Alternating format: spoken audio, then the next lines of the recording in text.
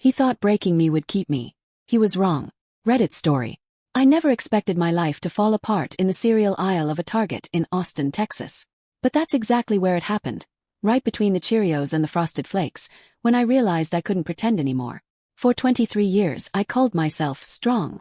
But the truth, I was just surviving a man who fed on my silence. Claire, don't start. Claire, you're imagining things again. Claire, no one else would put up with you. Every word chipped at me like a hammer against glass. And I kept sweeping up the pieces, hoping he'd notice the cuts on my hands. He never did. Then I found the messages. Not just the betrayal, but the plans. The dinners. The trips. The lies so casual they could have been weather reports. And when I confronted him, he didn't flinch. He just shrugged and said, "If you were enough, I wouldn't need someone else."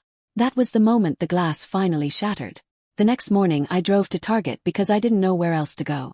I stood there with a box of cereal in my hands, staring at the shelves while people brushed past me like I was invisible. And suddenly, I heard myself exhale. A deep, shaking exhale I didn't recognize. Because it was the first breath I'd taken that didn't belong to him.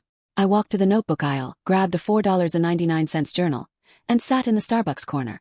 Tears kept falling, but for once, they weren't for him. They were for me. For the girl who lost her spark. For the woman who forgot her worth. For the soul that had been begging, quietly, desperately, to be heard. On the first page, with a hand that wouldn't stop trembling, I wrote, "Claire, he broke your trust. Don't let him break your life." Something shifted. I went home. I packed a bag with clothes that still smelled like laundry detergent and heartbreak. And when he asked, "Where do you think you're going?" my voice didn't crack, didn't shake, it rose. "I'm leaving the man you pretended to be," I said. "And going to find the woman I lost." That night, in my tiny apartment in Round Rock, I sat on an air mattress with a thrift store lamp glowing beside me. I cried until my chest hurt.